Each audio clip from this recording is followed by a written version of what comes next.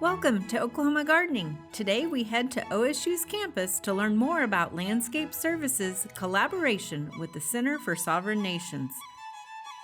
We have a new plant app to share. We celebrate the Year of the Caladium. And finally, Shelley Mitchell shows us how to air layer plants. Underwriting assistance for our program is provided by the Oklahoma Department of Agriculture, Food, and Forestry, helping to keep Oklahoma green and growing. Oklahoma Gardening is also a proud partner with Shape Your Future, a program of the Tobacco Settlement Endowment Trust. Shape Your Future provides resources for Oklahomans to make the healthy choice the easy choice. Oklahoma Gardening's 50th anniversary. I love sharing with you guys the cool things that plants can do. People in Oklahoma love their gardens. I feel like this is the people's show. We all know we're working towards the common goal, and that's to produce the best quality television and information for our audience. It's not often that you see a full native plant garden on a university campus, but OSU is not your typical university. Recently, students with the Center for Sovereign Nations and OSU's Landscape Services Department teamed up to further enhance the native plant corridor.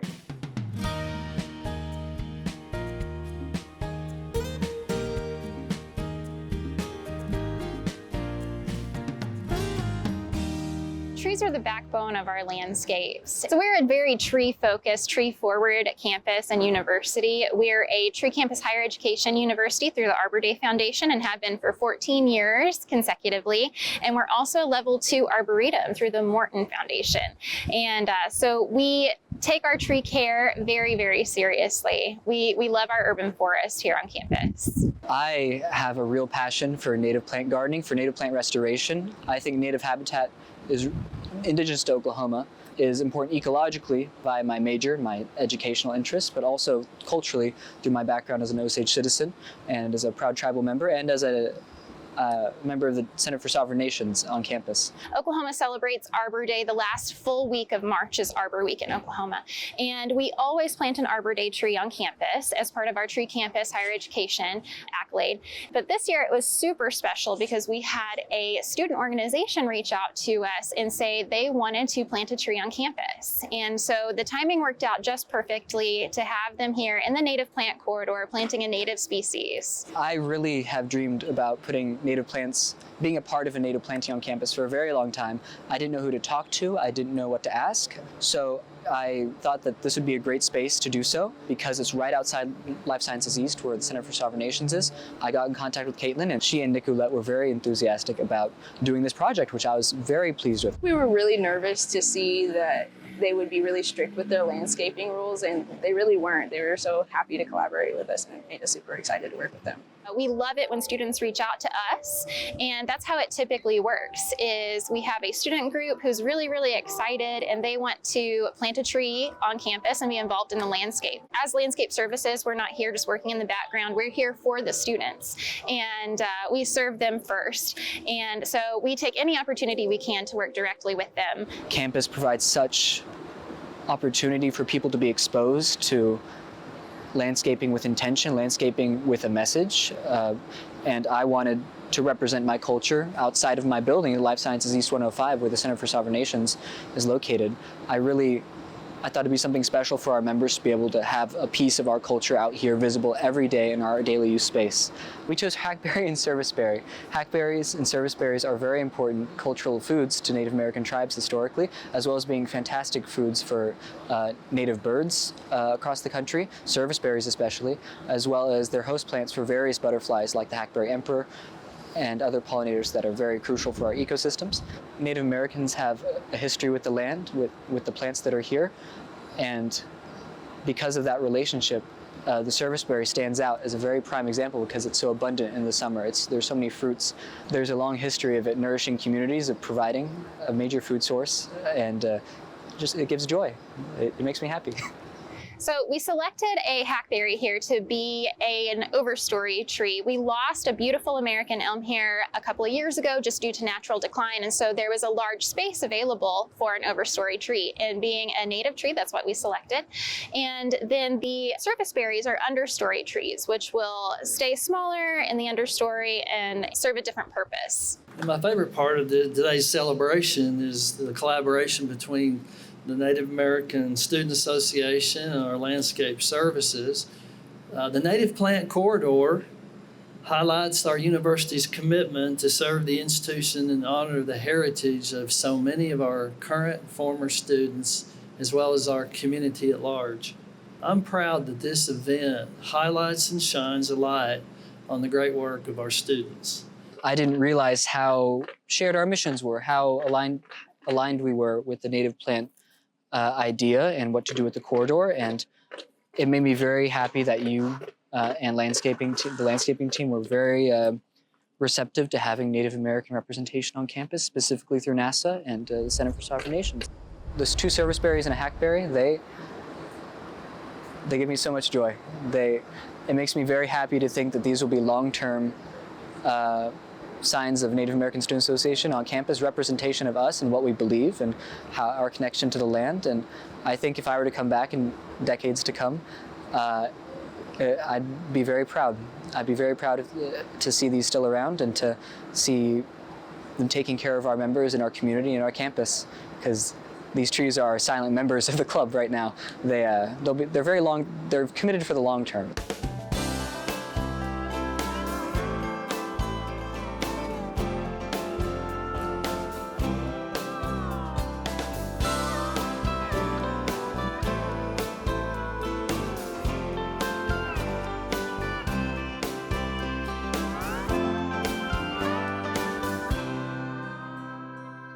Today we're in the garden, and joining us is Brenda Sanders, who many of you may recognize as a former host of Oklahoma Gardening. But Brenda's been working on another project behind the scenes, and that is the Plant It OK app. So Brenda, we're so excited about this app. Tell us a little bit about it. Well, thank you. And I'm excited to talk about it because it's been a long time in development. A lot of people, it's been a lot of, I think we've worked on this about 4 years now. Oh, really? Yes. Which started with an idea of, wouldn't it be nice to have all of that information that we have on OSU fact sheets and brochures in a form that people could take with them on this handy device called an iPhone or Android. And it's not like we have to look it up on the internet. It's all in this app, and it links to different things, It right? does. So we actually entered an app contest and won with the App Center. And so they did the design, the part that the public would see. And then from there, we were able to get a grant from the USDA AMS, and it's a specialty crop block grant. That paid for the actual programming of the app, which also happened at the App Center. Okay. And so anyway, it was a big there's process. a lot of behind the scenes to get to this point. And Yes. so it's so exciting to officially launch it. So let's talk a little bit about what people can find. If you want to kind of walk me through what we see on there. Well, it has to do with landscape plants. So we don't have vegetables yet. Right now, we have about 275 plants that are either Oklahoma native, U.S. native, or just non-native plants that are adapted to our area. They've been, a lot of them are Oklahoma proven plants, things like that, that have been demonstrated to do well, And you can kind of filter on what your definition of native is, right? Yes, you can. And actually you can filter on that. You can filter on things like low water use up to high water use. Same with sun, low to high. You can also filter on flower color, time of year that it, does it have beautiful fall color, or maybe it's got some winter interest or something like that. We have several different filters that you can search. Pollinator, birds, exactly. Things like Yeah. Yeah. We have that as well. All right. So, and let's talk a little bit. How do I find the plants, and how do I use this app a little bit more? So there's a couple of different ways you can go about finding the plants. One of the easiest things is just to start up here at the top with the filters, Okay. and then pick what you want in your filters, go down to the bottom and put save the filters, and then search for plants just by using filters. Okay. So that's kind of if you really want to focus in on stuff. Set your parameters basically for your Exactly. garden. Yeah. Yeah. Okay. The other way you can do it is come on this homepage that we have and just come to plants. And then it will bring up like annuals, perennials, deciduous trees, or you can even go up to all plants at the top. But then you could search, say you're wanting to plant, some seasonal color, you'd be looking in annuals. And so you could go on there, and then you can either scroll through there or you can use the filters to narrow that down more. Okay. Okay. So and- essentially it's like a plant catalog. Yes. And you can either figure out maybe what you need to buy, or you can also kind of create a list of what you already have. Right? Yes, exactly. And that's good that you said create a list, because we actually have the ability to do that on the app. And there's a little plus sign on each of the plants. And if you press on that, that will open up a list. Okay. And then you can make your own lists and put them in there and add plants. You can also delete them if you decide, no, I don't want that. I want something else. And the idea is that you can create, say, a list for the backyard, front beds, whatever you want. And you can have as many lists as you want. And then you have that with you. When you go to the store, when you go, to the garden center, you can start asking about the plants. Oh, very Yeah. good. Very good. And if they're available. Right. And I would also probably create a list of what I already have in my garden too, just because you know how plant tags get lost. Yes. So yes. it's kind of like, no, I do have that one already, or move it from the Exactly. bot to the current existing, right? And the other thing is if you have something, okay, I got all these plants and I got home, yeah. you can go back to that plant. And if you scroll to the bottom on that plant, it actually has a description and a little bit more of when you would need to prune it, or, depending on the plant, it's like maybe some key elements of plant care. Some maintenance information. Yeah. Okay. Common name, Latin name, what are we looking at? Do you have both? We have both. Yeah. And actually, you can choose to sort by common name or by Latin name. And you can also sort by relevance or by alphabetical order. There is also a direct link to any of the OSU publications that are available that have to do with landscape plants. Okay. And so, if you wanted to see plant care, we have categories for those. Okay. Beneficial insects, plant care, landscape design, ornamental plants, things like that. And then if you choose, you can see all of the fact sheets that are available, and you click on that. That takes you actually to the OSU website. Okay. We basically have the lists, the plants, and then also the publications. Those are our three main things that you're able to access right now from this. Very good. And again, it is free. Where can people download it? All your app stores, I assume? Yes, it's available on the App Store and also on Google Play for Android. Okay. And you can either just look that up in the app stores. You can also go to the OSU Extension website and Google Plant It OK, and it will bring up an app page that tells about this, and then also has links directly to where you can download it. Okay, so Plant It OK, it is free, available either at your website or on the app stores. Yes. For both iPhones and Androids, which is really exciting. Yes. And what if people have feedback? Because it's kind of the first version of this. There is actually a feedback place that you can go here in the menu, user feedback, and we really, really want you to help us out and send us feedback. And that will help us improve the app.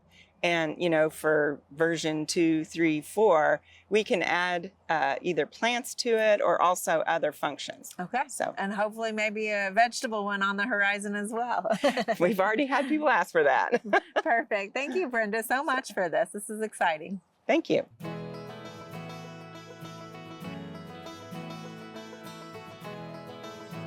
Download the Plant It OK app for Android and iOS.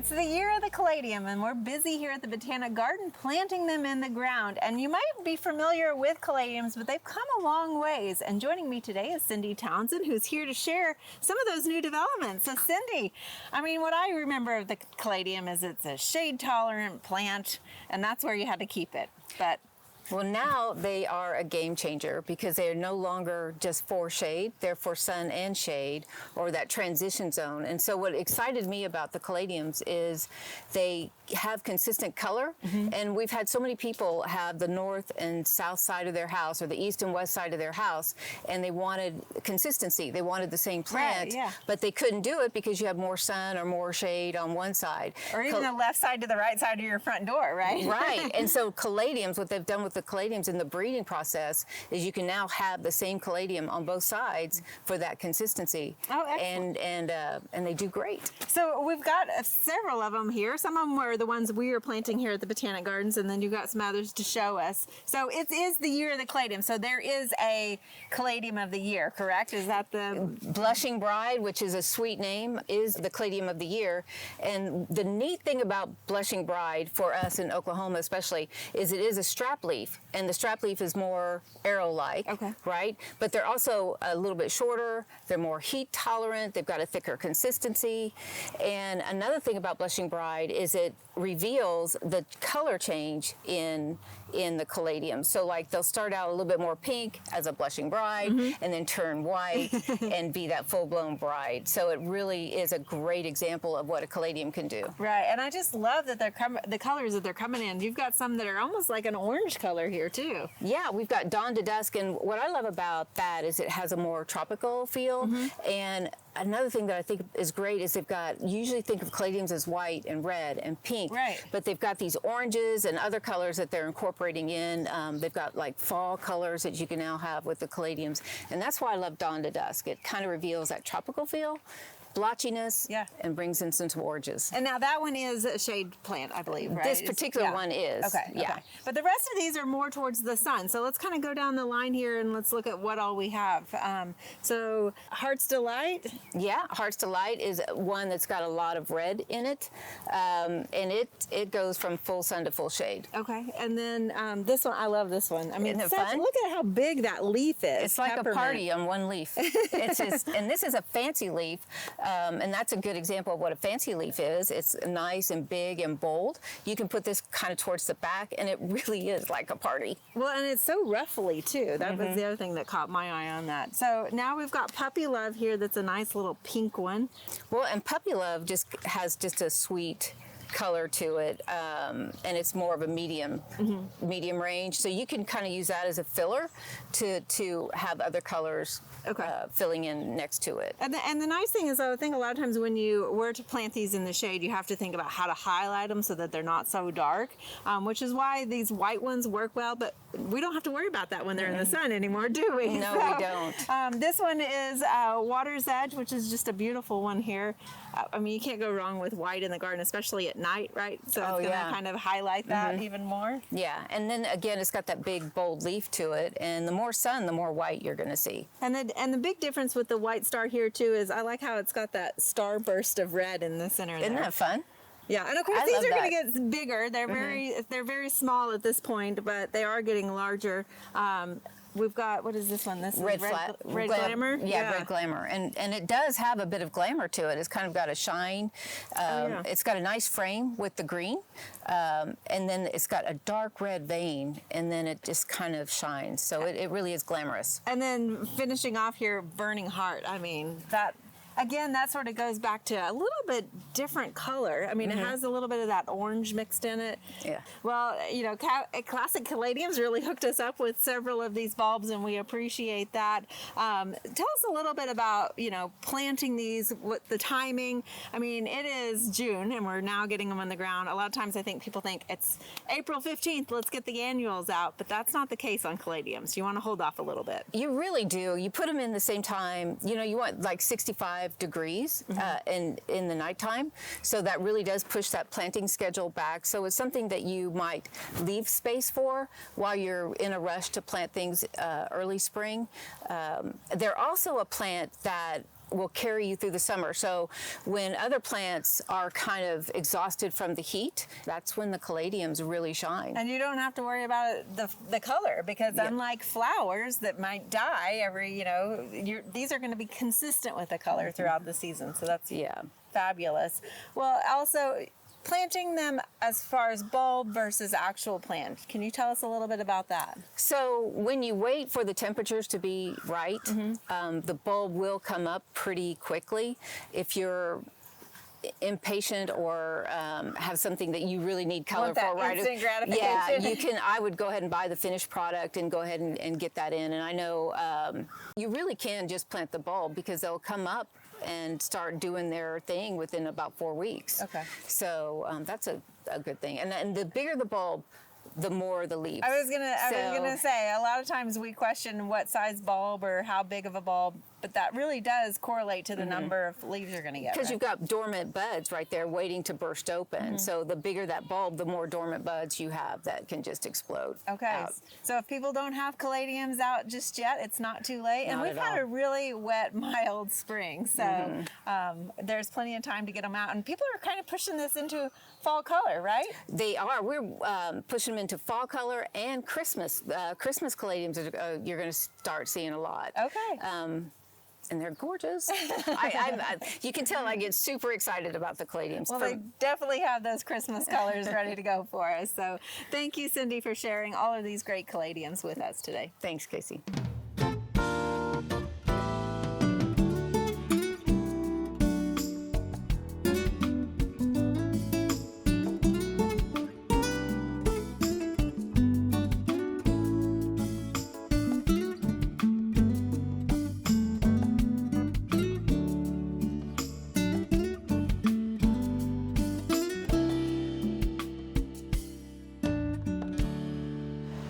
Okay, so today we're going to talk about a process called air layering. Air layering can be used in several different ways. One way you can use it is if you have a plant that's kind of getting weird, you can chop off a branch, but instead of throwing it away, you'll have roots here and you can have a whole second plant. So that way, it's a way to trim things up and keep another plant without just throwing it away. So the process, the first thing you're gonna do is you're gonna figure out where you wanna do this. You're gonna take a sharp knife and you're gonna make 2 cuts about 1 inch apart. And then you're gonna girdle that part of the plant. Now this is where we want roots to form. So then we're gonna take some rooting hormone and we're gonna spray it where we cleared off the area. Then, since it's gonna be not have access to water, because you just took off its access to water, we're gonna give access to water by putting coconut coir around it. And coconut coir is the inside of the coconut between the husk and the actual coconut. So you can get it at stores when it's dry, and then you can rehydrate it and it makes a lot more volume. So then you're gonna put it around where you just put the rooting hormone, where you want the roots to come out. And after you do that, you're gonna wrap it in clear cling wrap, but then you don't want it to get, you don't want it to dry out. So you're gonna make sure that you secure the ends so that no air can get out. And then you're gonna put aluminum foil around it so that one, if it's wet and it's behind something clear, it'll form algae, which we don't want. And two, if it's in an area with a lot of sun and you have aluminum foil on it, it'll reflect the sun, so it'll keep it from getting so dry. So after you get that done, and you wait a few months, I started this one in August and it's now January. So there will be roots under here. And what I'm gonna do is I'm gonna harvest this and plant it up. And so to harvest it, I make sure I go beneath where the roots are now. And I'm just gonna cut it off. And so now we should have roots. Okay, so now you can see we have the roots and they formed around where I made the cut and put the rooting hormone. So I made sure that it was gonna stay wet. It did stay wet because we have roots. And now all I have to do is pot it up. So I'm just gonna put it in here.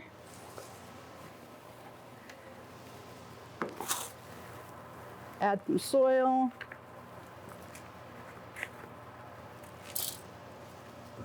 And now you've made this look a lot better.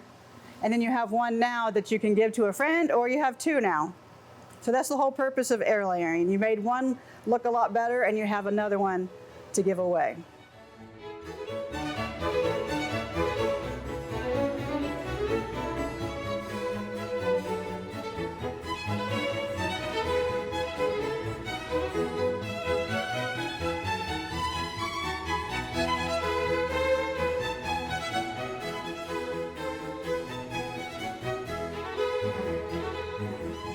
There are a lot of great horticulture activities this time of year. Be sure and consider some of these events in the weeks ahead.